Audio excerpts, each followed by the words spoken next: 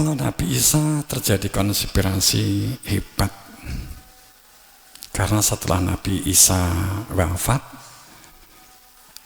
tepatnya itu bergeser ke suatu tempat, kemudian sahabat-sahabat dekatnya itu dihabisi, dibunuh semua. Kemudian ada satu orang yang dia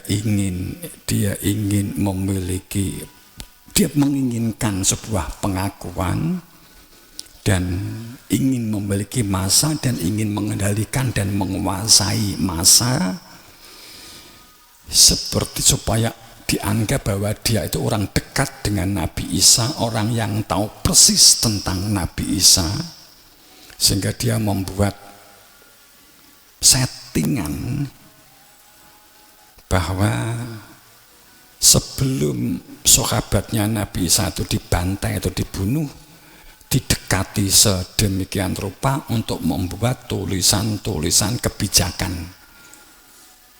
Yohanes, Lukas, Matius itu didekati untuk membuat tulisan-tulisan. Setelah tulisan-tulisan itu jadi, beliau dibunuh habis, tapis. Bahkan yang respek kepada Nabi Isa pun juga dibantai.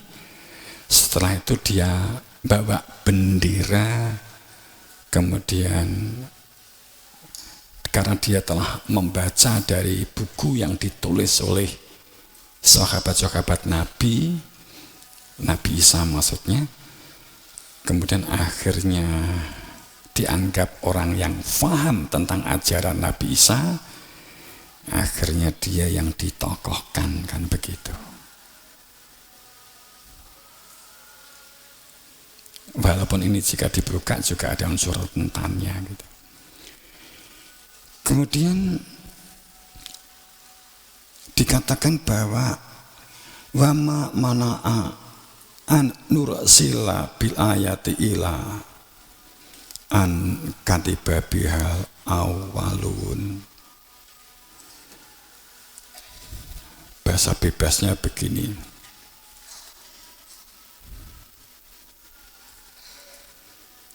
Sesungguhnya tidak ada sama sekali tidak ada manaan nursila.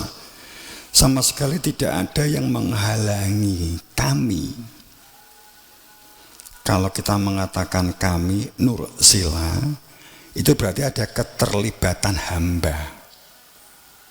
Hak kewenangan Tuhan, tapi Tuhan memiliki wakil resmi di bumi sebagai khalifatullah, khalifahnya Allah, wakil resmi Tuhan.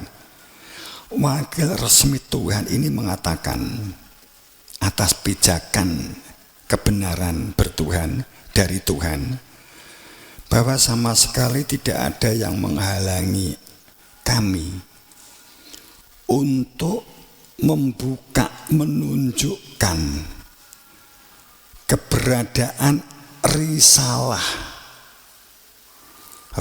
kebenaran kepada umat manusia, kepada kamu, sebagai tanda-tanda keberadaan kami, sang wakil resmi Tuhan.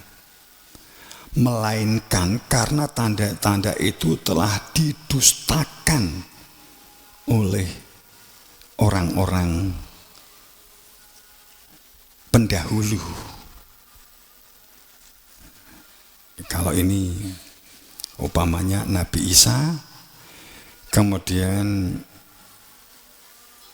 Nabi Isa pelanjutnya Nabi Isa mengatakan, sekali lagi tidak ada yang menghalangi kami, ini pelanjutnya, yang tidak ada yang menghalangi kami untuk membuka, menunjukkan keberadaan risalah kebenaran Rasul kepada kamu sebagai tanda keberadaan kami sebagai khalifah resmi Tuhan yang ditunjuk untuk membuka risalah Rasul kepada kamu. melainkan karena tanda-tanda yang sangat jelas. Karena tanda yang sangat jelas itu proses golowentah. Karena tanda yang sangat jelas itu telah kamu pelintir, kamu distorsikan, kamu biaskan, kamu rekayasa, kamu dustai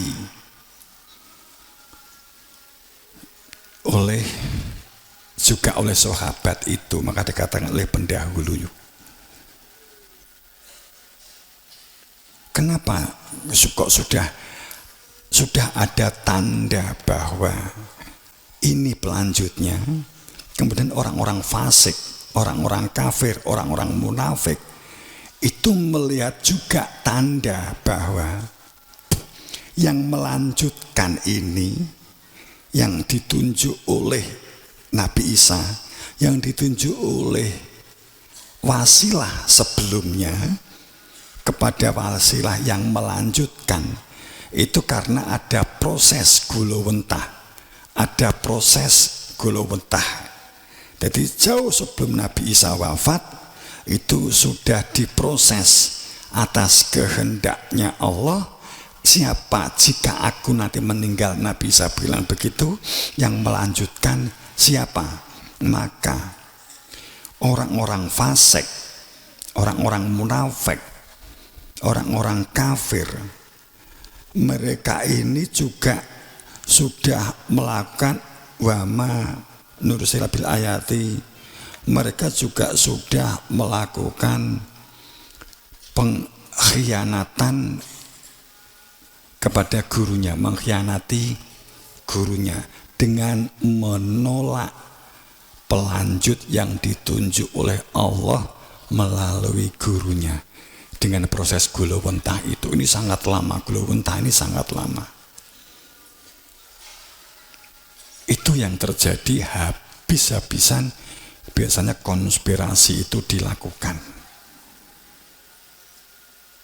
Bagaimana? Itu yang saya katakan bahwa hampir semua agama-agama besar itu dikembangkan setelah Nabi besarnya itu Sedo, dikembangkan dalam pijakan konspirasi, kebohongan, penutupan kebenaran, menebarkan ketakutan, kemudian pengendalian dan kontrol.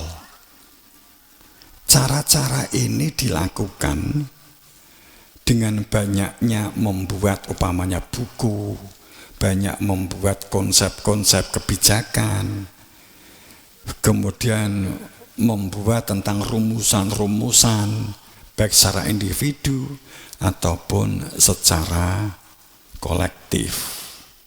Itu terjadi, makanya muncul hadis-hadis palsu kan gitu kan. Kemudian muncul kitab-kitab Yamani, kitab-kitab umpamanya kitab-kitab Israiliyat, hadis-hadis Israiliyat, itu adalah bagian dari sebuah sistem konspirasi untuk menutupi kebenaran. Karena jauh-jauh sebelum Nabi Muhammad wafat, yang dipersiapkan semua orang juga sudah tahu siapa yang akan melanjutkan. Sehingga orang yang fasik, orang yang munafik, dan orang yang kafir, kafir dalam pengertian tertutup, kafir dalam pengertian jumud, kafir dalam pengertian kaku dan beku, kafir karena ditutup, dikubur oleh akunya, dikubur oleh egonya, dikubur oleh ambisinya, maka menjadi makna kafir. Bukan berarti dia bukan orang Islam, bisa jadi orang Islam, akan tetapi dia kufur karena makna kufur itu adalah perilaku jumud, tertutup, kaku dan beku, dampak dari ambisi, berbangga-bangga, mencari pujian, mencari pengakuan, mencari viralitas hebat. Ini akhirnya dia bisa jadi orang Islam tapi menjadi orang yang kufur nikmat. Nah ini yang terjadi karena sehingga berita siapa yang melanjutkan ke Nabi Muhammad, siapa yang melanjutkan, padahal sangat jelas seandainya saya itu gudang ilmu maka dia adalah pintunya. Kan jelas banget. Nah itu kemudian subjeknya kan Imam Ali. Tapi orang takut dengan karakter Imam Ali itu, cenderung takut. Kenapa? Kecenderungannya kepada yang ditunjuk untuk melanjutkan itu sering ditakuti. Selalu terjadi. Kenapa ditakuti? Karena saat para nabi atau para rasul, seperti umpamanya Nabi Muhammad, itu tidak pernah, kalau seandainya ada tamu, ya beliau memiliki karakter hebat, andap, asor, sopan, santun, menghargai orang lain, itu hebat. Tapi dalam memegang kebenaran, konsep kebenaran pun juga tidak ada maklum. Sehingga seandainya ada tamu, bagaimana saya juga menyembah Tuhanmu, aku juga menyembah Tuhanku, kamu juga menyembah Tuhanku. Kalau hari ini sama ini kamu ke tempat ibadahku, kalau hari ini sama hari ini aku ke masjidmu, umpamanya begitu. Nabi enggak di sini. Nabi tidak hanya sekedar tidak diam, tapi kemudian muncullah ayat dari Allah, Qul ya ayyuhal kafirun, kehidupanmu, agamamu, lakukan. Agamaku, saya lakukan. Tidak akan pernah melakukan memelintir dan mengurangi grip atau mengurangi tendensi hanya sekedar supaya kamu nyaman. Itu enggak ada. Karena kalau Nabi Muhammad itu melakukan itu, berarti sama saja pengkhianatan kepada yang mengutusnya. Konsepnya ya begini, tentang kebenaran begini. Apa enggak ada maklum ya Nabi? Kalau seandainya orang tua saya kan baik, tapi kan belum punya ilmu tentang Tuhan, belum punya, apakah bisa diselamatkan? Tapi dia belum iman, belum innalladzi yubayyunaka innama yubayyunallah. Tolong Kanjeng Nabi, saya minta jawaban, apakah bisa? Kemudian apakah Nabi memelintir mengatakan bisa selamat, bisa membohongi? Enggak akan dilakukan oleh Nabi, walaupun kamu sakit hati, walaupun yang kamu minta itu, ya kan, benjamaah moro kan ya ngono, bapak kula dereng anu tapi mbah kula pun pejane kubu pripun mbok diselamet nih kan gitu, dianggap Gusti Allah wae kan gitu. Ya terima keadaanmu, rumangsamu ke antara dunia karo akhirat ki ya enek rogone kan gitu loh. Itu wis gak enek kaitane kan gitu loh. Sehingga biasanya hanya diam, Nabi pun juga mungkin diam. Tetap mengatakan apa? Ya enggak bisa. Tapi bapak kula selamat nggih Kanjeng Nabi. Terus dia diam, enggak jawab. Enggak akan dijawab. Enggak bisa. Ya kamu harus melatih, kamu harus, kalau memang dia jamaahnya Nabi, ya akan dibuka. Supaya enggak terbawa arus energi negatif. Kemudian Nabi nyusuli, didoakan.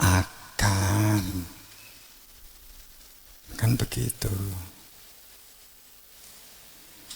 Kan karena manusia kan cenderung sok iso ngekek syafaate wong sing meninggal gak duwe ilmune kan. Sok kasih sayang kayak gitu. Manusia kan cenderungnya kan begitu. Jadi nenek sang mati itu iso ditulung nggih, Kanjeng Nabi ditulung nggih, kan gitu kan. Gitu. Itu Romo tahu itu abang-abang lambe wae. Gayane wae kan gitu. Jadi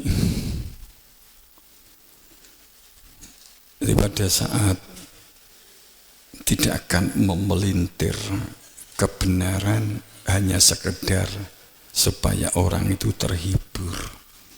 Enggak ada rumus itu. Maka yang ditakutkan jika nanti pelanjutnya, maka dia manusia membuat kesepakatan tersendiri. Siapa ini yang melanjutkan? Kalau bisa jangan dia. Dulu saat sebelum Nabi Muhammad juga sama, ojo nganti kan gitu kan, karena melihat Nabi Muhammad itu orangnya al-amin kan gitu, di akhir-akhir kan ternyata tegas. Akhirnya setelah Nabi Muhammad tampak mengarah untuk menjadi pelanjut, mulai penentang-penentang itu bermunculan, Abu Jahal, Abu Lahab, karena sudah mulai melihat salah satunya bahwa ini nggak bisa disetir, ini nggak bisa dikendalikan, kan gitu. Maka setelah Nabi Muhammad wafat, banyak muncul nabi palsu umpama. Karena ingin supaya dari adanya opsi pilihan jangan kepada Imam Ali. Kenapa? Ini lepas dari Syiah. Karena sistem itu juga dibangun ada sesuatu. Juga bagian dari sebuah sistem untuk menutup kebenaran. Kemudian pada saat Nabi Muhammad memproses guluwentah kepada Imam Ali, dan orang tahu semua Imam Ali itu kayak apa menakutkannya. Siapa yang tidak takut kepada Imam Ali? Semua perang di paling depan. Orang yang paling ditakuti orang Jazirah Arab yang memusuhi Kanjeng Nabi itu adalah Imam Ali. Model perang dulu itu adalah face to face terlebih dulu. Individu, jagune Islam siapa, jagune wong kafir siapa, maju dulu, bacok-bacokan dhisik, carokan dulu. Setelah 1, 2, 3 ada yang meninggal, baru kolosal del kan gitu. Dan itu selalu Imam Ali dan belum pernah terkalahkan. Siapa yang enggak takut? Dan jelas tidak bisa dikendalikan, jelas enggak bisa dikontrol. Kalau ayah walaupun dia terkenal sebagai ahli turab, artinya orang yang sangat lunak, dia nggak akan melakukan membunuh musuh kalau dia di atas ego dan nafsunya. Jadi dia menjalankan murni karena gurunya Nabi Muhammad. Nah, itu ditakuti. Maka pada saat beliau di Gulawentah, titik-titik Nabi Muhammad wafat, kemudian terjadilah satu peristiwa ketakutan hebat yang ini menjadikan dasar akhirnya keberlangsungan selanjutnya adalah hasil dari opini dan konspirasi. Tapi ini nggak ada kaitannya dengan Syi'i, dengan Syiah, nggak ada. Ini adalah fakta.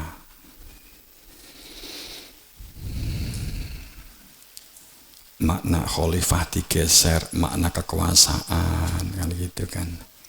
Karena khalifah itu kan wakil resmi Tuhan dalam berpegang kepada kebenaran, tidak ada kaitannya dengan politik. Makanya kan Imam Ali tetap mengakui tentang Khalifah Abu Bakar, Umar, Utsman, tetap mengakui. Yang diminta oleh Imam Ali itu silakan bahwa untuk tatanan negara kalian rembuk. Tapi untuk Khalifah itu adalah fil ard. Itu wakil resmi Tuhan mengenai tauhid, mengenai risalah Rasul, mengenai penjelasan tentang kebenaran dan tentang kebenaran, supaya manusia itu mengenal Tuhan, musyaidan, supaya manusia itu mengenal hakikat hidup tentang jati diri fitrah manusianya, dan supaya manusia terbimbing mengetahui tujuan hidup. Ini adalah wilayatul iman fi qulubikum. Ini adalah iman yang berada di dalam hati. Kan ini yang terjadi. Tapi faktanya ditutup hebat habis-habisan, karena orang juga akhirnya kan juga tahu bahwa kalau kebenaran dibuka ya otomatis kan kepada kebenaran itu kan gitu. Sehingga Sayyidina Ali dibunuh, Dewi Fatimah dijinjing hebat. Dewi Fatimah itu meninggalnya ditendang, digunduli, keguguran, berdarah-darah. Imam Husain, Imam Hasan diracun, Imam Husain dan seterusnya. Terus akhirnya geser ke timur, matahari dari barat terbitnya kemudian ke timur. Kan itu.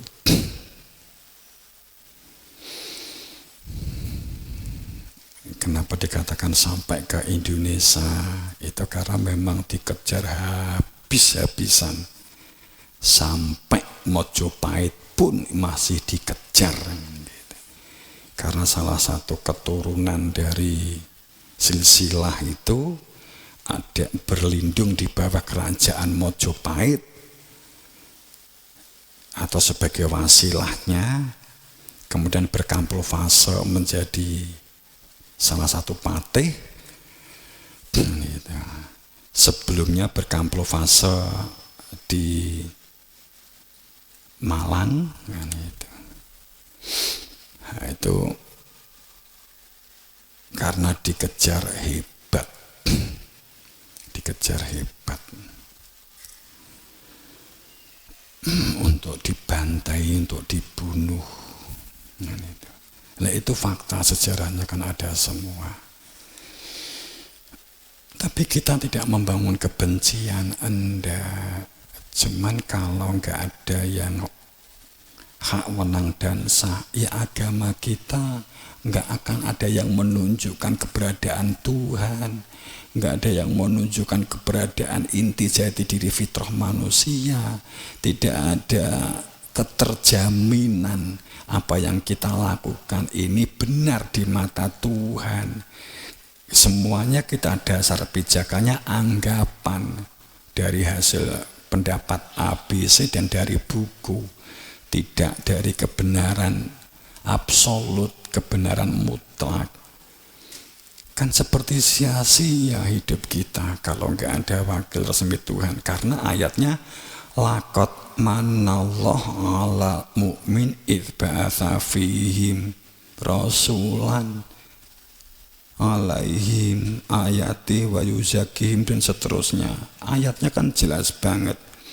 Keberuntungan yang hebat seseorang itu hanya jika dia itu memiliki iman yang ba'atsa, yang bertatap muka dengan yang hak, wenang dan sah, kemudian ditunjukkan tentang Rasul, ajaran Rasul, ditunjukkan tentang risalah kerasulan, sehingga dia bisa bersaksi secara fakta real di dalam hatinya.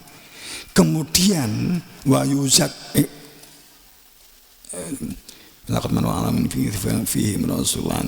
ayat, kemudian membacakan ayat-ayat sesuai dengan realitas fakta kehidupan yang dijalani, wayuzakihim, dan kemudian membersihkan dan mensucikan keberadaan Rasul itu,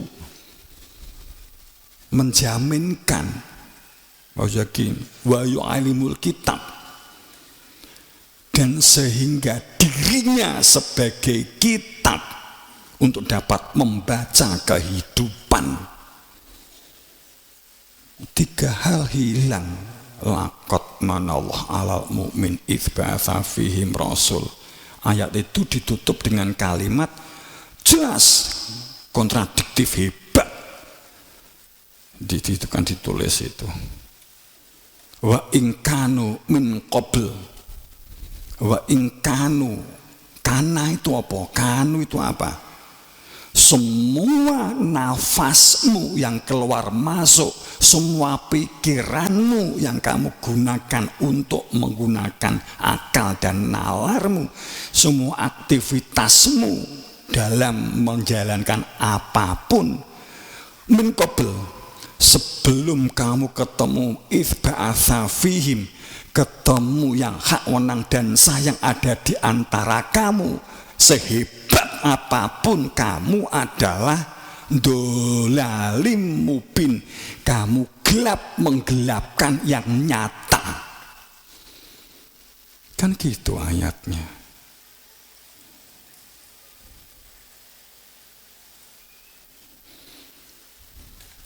Jadi keprasangkaan itu terus menerus berlanjut dan berlanjut karena orang itu cenderung berpikir seperti dirinya.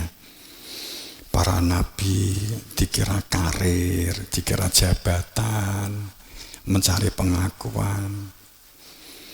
Nabi dan Rasul tidak ada sepucuk kuku pun bahwa apa yang dilakukan itu untuk mencari massa, untuk mencari pengakuan, untuk mencari validasi manusia. Tugas beliau hanya menyampaikan, tugas beliau hanya mendistribusikan cahaya, itu pun bagi yang bisa menerima cahaya itu. Tugas beliau adalah untuk menghidupkan cahaya supaya manusia dadanya ada terang cahaya Tuhan. Kalau orang itu ternyata tidak mau untuk di dalam dadanya itu memiliki terang cahaya, juga tidak ada yang namanya kecewa dan gelo, sebab dosa besar pada saat bangga karena mengajak orang lain, kemudian mau nyuwun ilmu, kemudian berbangga aku sing ngejak. Itu dosanya sama saja saat kita benci kepada orang yang pada saat diajak dia menolak. Para nabi, para rasul hanya menyampaikan wa ma yantakil anil hawa ila wahyu yuha, hanya menyampaikan dan kemudian menunjukkan, menginisiasi bagi yang meminta ilmu tentang wahyu, metode bisik. yang diwahyukan untuk ditanamkan di dalam hati nuraninya. Ini yang tidak dilihat oleh banyak manusia, sehingga mengumpamakannya seperti dirinya melu-melu TikTok, melu-melu di YouTube dikira terkenal. Enggak. Ora enek terus ngetut nih gayamu itu gak enek blas. Enggak.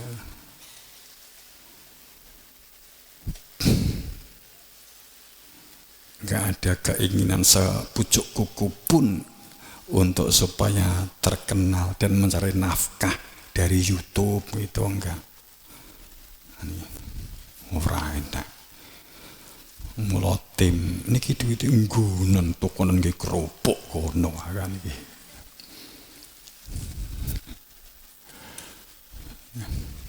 Itu napa Nabi Muhammad begitu, tapi disalah fahami. Jadi